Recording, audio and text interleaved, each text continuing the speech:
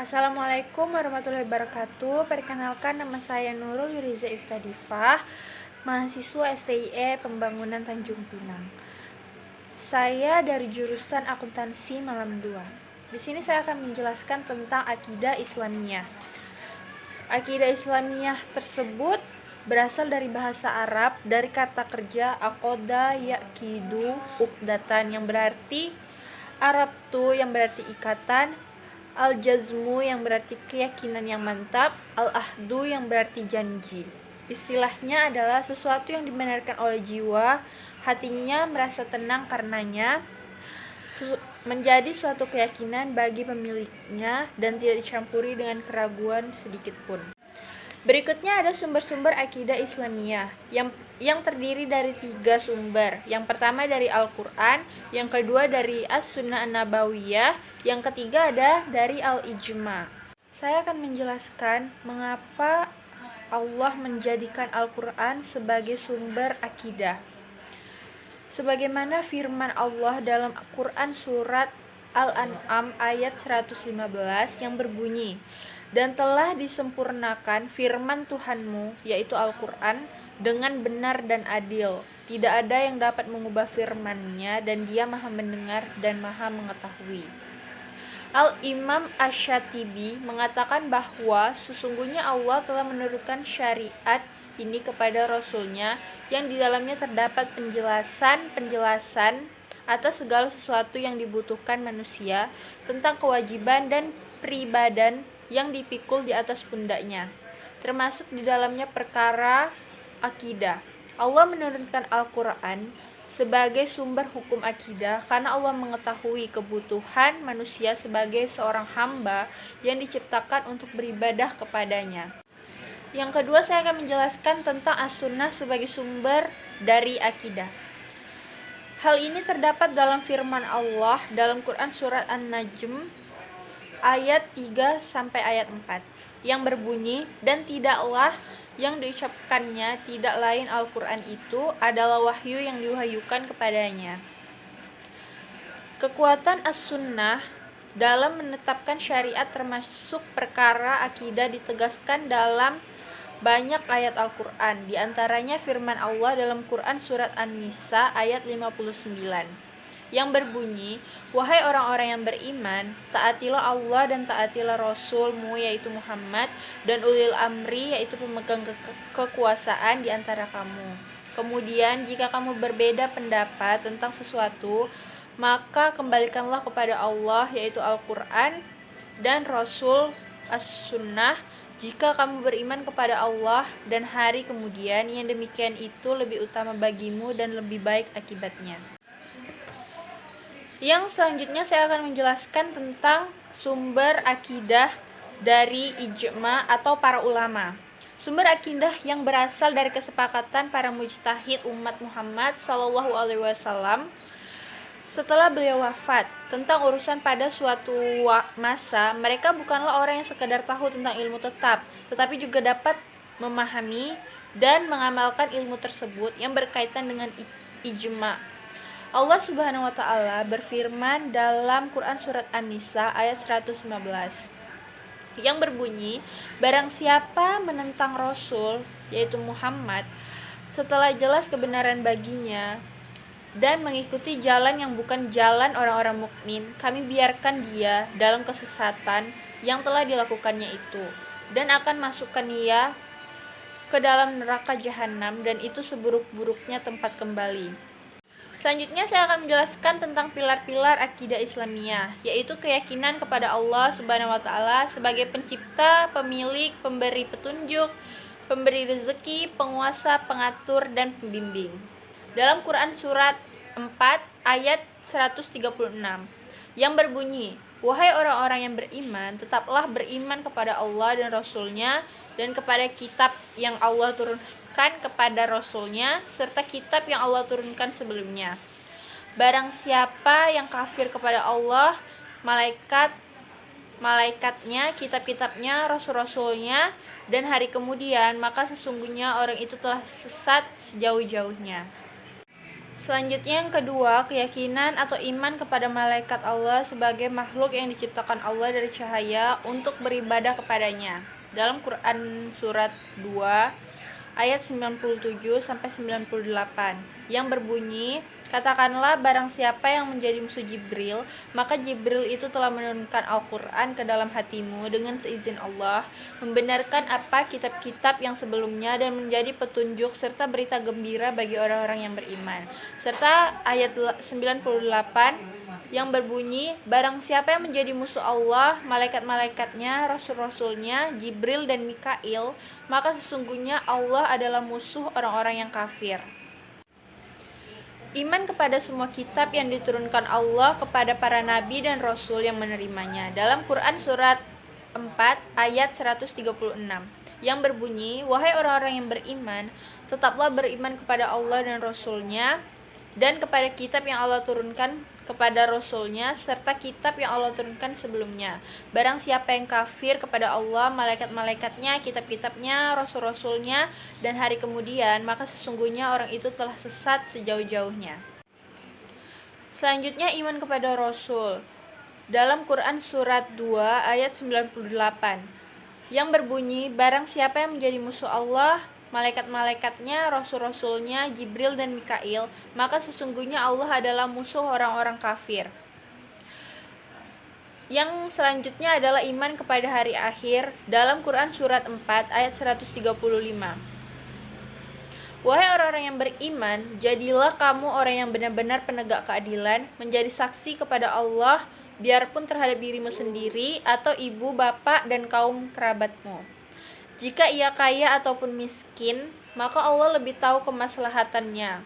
Maka janganlah kamu mengikuti hawa nafsu karena ingin menyimpang dari kebenaran, dan jika kamu memutarbalikkan kata-kata atau enggan menjadi saksi, maka sesungguhnya Allah adalah Maha mengetahui segala apa yang kamu kerjakan.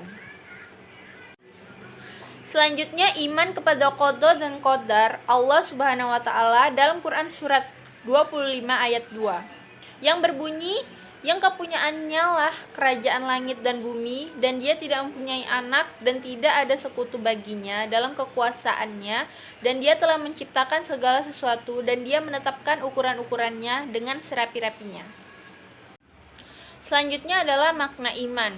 Secara bahasa, iman adalah membenarkan atau tasdik. Secara istilah, iman adalah mengucapkan dengan lisan, membenarkan dengan hati, dan mengamalkan dengan perbuatan. Selanjutnya adalah konsekuensi keimanan. Mencintai Allah dan Rasul-Nya melebihi dari mencintai segala sesuatu yang lainnya termasuk diri sendiri. Dalam Quran surat 9 ayat 24 yang berbunyi, katakanlah jika bapak-bapak, anak-anak, saudara-saudara, istri-istri, kaum keluargamu, harta kekayaan yang kamu usahakan, perniagaan yang kamu khawatiri kerugiannya, dan tempat tinggal yang kamu sukai, adalah kamu cintai dari Allah dan Rasul-Nya, dan dari berjihad di jalan Allah, maka tunggulah sampai Allah mendatangkan keputusannya. Dan Allah tidak memberi petunjuk kepada orang-orang yang fasik. Selanjutnya mendengar dan menaati semua yang datang dari Allah dan Rasul-Nya tanpa merasa berat dan tanpa memilah-milah. Termasuk dalam Quran surat 24 ayat 51 dan 52. Dalam ayat 51 berbunyi, sesungguhnya jawaban orang-orang mukmin bila mereka dipanggil kepada Allah dan Rasul-Nya agar Rasul menghukum atau mengadili di antara mereka ialah ucapan, kami mendengar dan kami patuh. Dan mereka itulah orang-orang yang beruntung. Ayat 52 berbunyi, dan barang siapa yang taat kepada Allah dan Rasul-Nya dan takut kepada Allah dan bertakwa kepadanya, maka mereka adalah orang-orang yang mendapat kemenangan.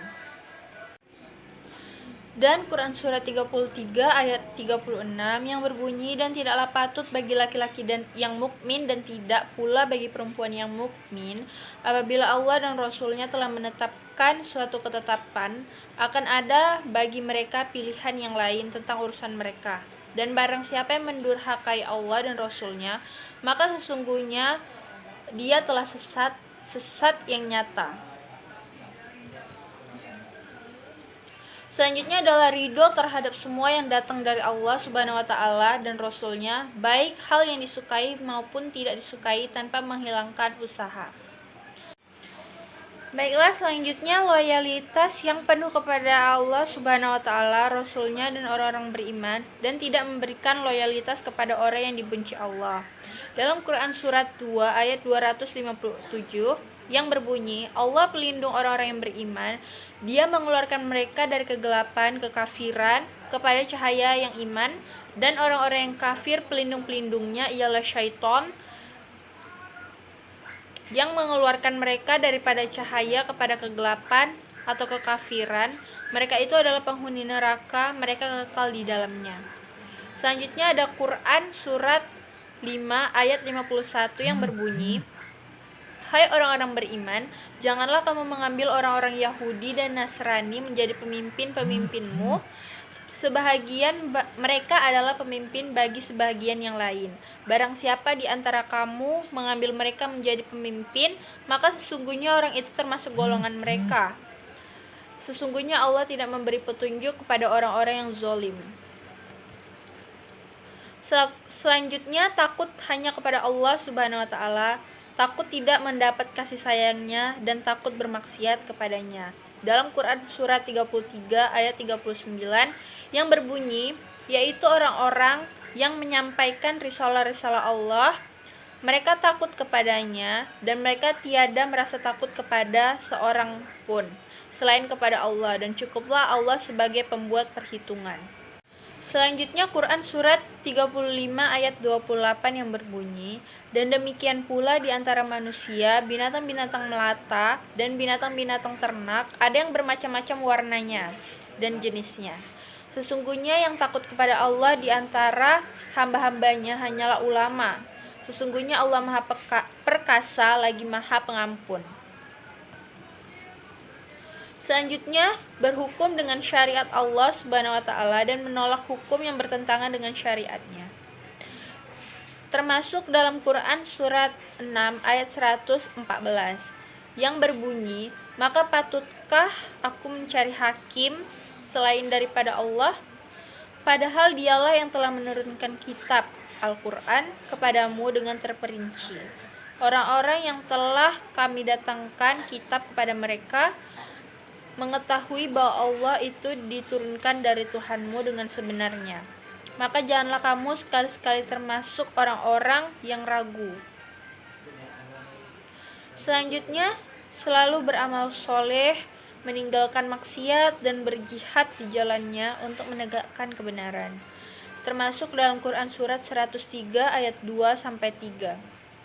Sesungguhnya manusia itu benar-benar dalam kerugian, kecuali orang-orang yang beriman dan mengerjakan amal soleh, dan nasihat menasehati supaya mentaati kebenaran, dan nasihat menasehati supaya menetapi kesabaran. Dan dalam Quran surat 33 ayat 23, di antara orang-orang mukmin itu ada orang-orang yang menepati apa yang telah mereka janjikan kepada Allah.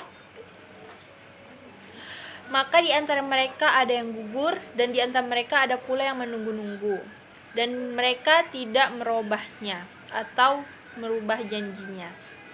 Dalam Quran surat 49 ayat 15, sesungguhnya orang-orang yang beriman itu hanyalah orang-orang yang percaya atau beriman kepada Allah dan Rasul-Nya, kemudian mereka tidak ragu-ragu, dan mereka berjuang atau berjihad dengan harta dan jiwa mereka pada jalan Allah.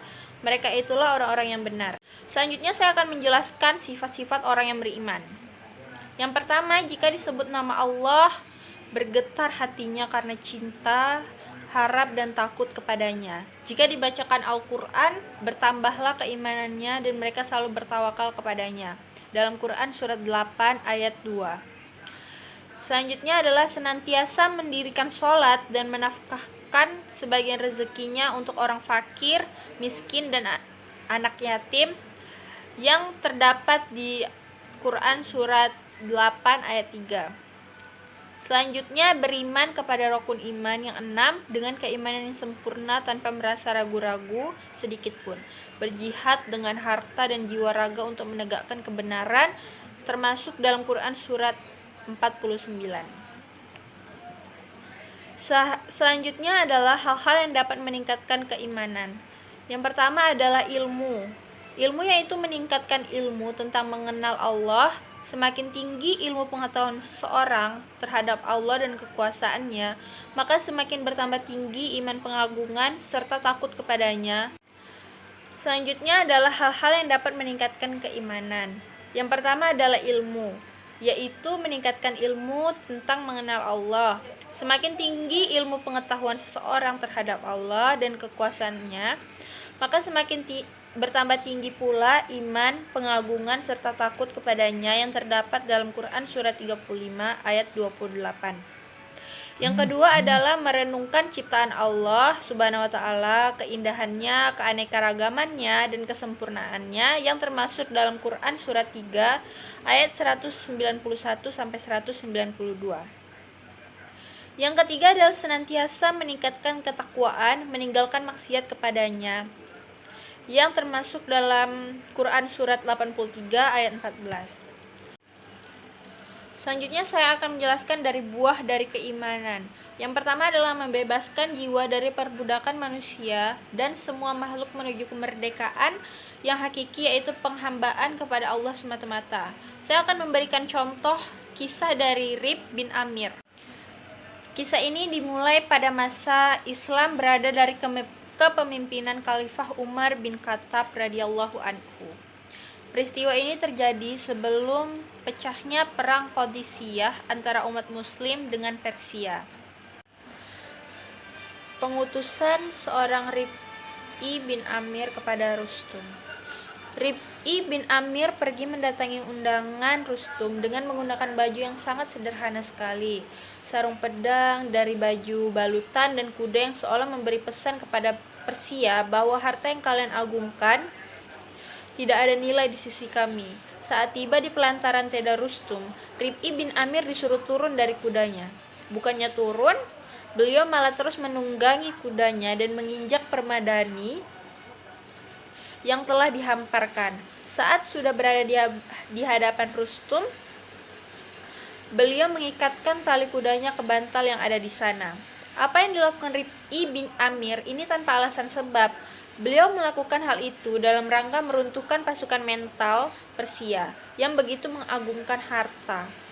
Rustum bertanya kepada Rib'i bin Amir, "Risalah apa yang kalian bawa?" Rib'i menjawab, "Allah mengutus kami untuk mengeluarkan manusia dari penghambaan terhadap sesama hamba menuju penghambaan kepada Sang Pencipta, menyelamatkan manusia dari kezaliman atas nama ismi-ismi menuju keadilan yang diwujudkan oleh Islam, membawa manusia dari sempitnya dunia menuju kelapangan dunia dan akhirat."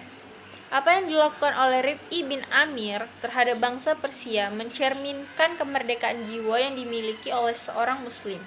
Dia tidak merasa rendah di hadapan para pemuja harta. Dia tidak merasa nyaman dengan para penguasa karena dia memiliki jiwa yang merdeka dari tarbiyah Islam. Tidak hanya itu, risalah yang disampaikan Rib'i bin Amir juga melambangkan kemerdekaan itu sendiri. Buah keimanan yang kedua adalah membangkitkan keberanian untuk membela kebenaran, tidak takut mati, serta cinta syahid, karena yang memberi umur, rezeki, manfaat, dan bahaya hanyalah Allah Subhanahu wa Ta'ala.